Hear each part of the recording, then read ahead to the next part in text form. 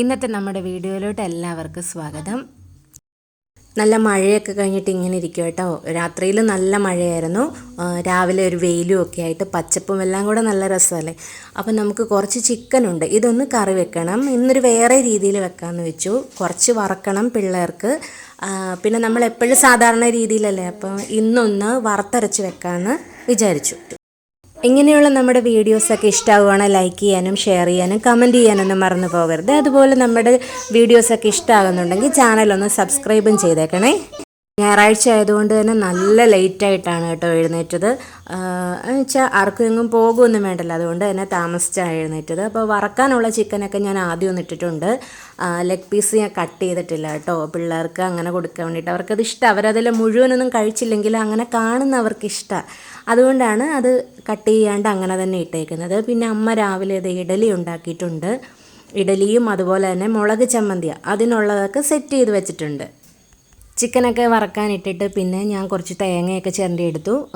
നമുക്ക് ചിക്കൻ കറി വറുത്തരച്ച് വെക്കണമല്ലോ, അപ്പം അതിനുള്ള തേങ്ങയൊക്കെ ചിരണ്ടിയിട്ട് ഒന്ന് വറുത്തെടുക്കുവാണേ. ഇതിനകത്തേക്ക് കുറച്ച് മഞ്ഞൾപ്പൊടിയും മുളക് പൊടിയാണ് ചേർക്കുന്നത്. പിന്നെ നമ്മൾ ചിക്കനിൽ വേറെ അരപ്പ് വരട്ടുന്നുണ്ട് കേട്ടോ, കാരണം അല്ലെങ്കിൽ ഈ അരപ്പ് മാത്രം ആകുമ്പോഴത്തേനും അത്ര കളറ് വരത്തില്ലല്ലോ. അതുകൊണ്ട് തേങ്ങയൊക്കെ ഒന്ന് വറുത്തിട്ടുണ്ട്.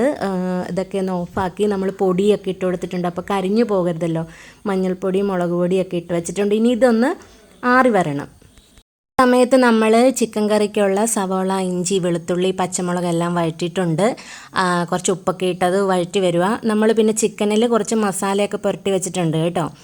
നമ്മുടെ ആ വറുത്ത് വെച്ചിരിക്കുന്നതൊക്കെ ആറിയിട്ടുണ്ട്, അതും നമ്മൾ അരച്ചെടുത്ത് ചിക്കനും നമ്മൾ സവോള വഴറ്റിയതിനകത്തേക്ക് ഇട്ട് എല്ലാം ഒന്ന് സെറ്റ് ചെയ്ത് നമ്മൾ അരച്ച് വെച്ചിരിക്കുന്നതും ആഡ് ചെയ്ത് ഇപ്പോൾ അത്യാവശ്യം വെള്ളം ഒഴിച്ചിട്ടുണ്ട് കേട്ടോ. അത് തിളച്ച് വരുമ്പോഴത്തേന് കുറച്ച് തക്കാളിയും കൂടെ ആഡ് ചെയ്യുന്നുണ്ട്, ഉപ്പൊക്കെ നോക്കി. പിന്നെന്താ പറയുന്നത്, ഇത്രയും ഇങ്ങനെ ലൂസായിട്ട് കിടക്കണ്ട, അത് നമുക്കൊന്ന് കുറുകിയെടുക്കണം.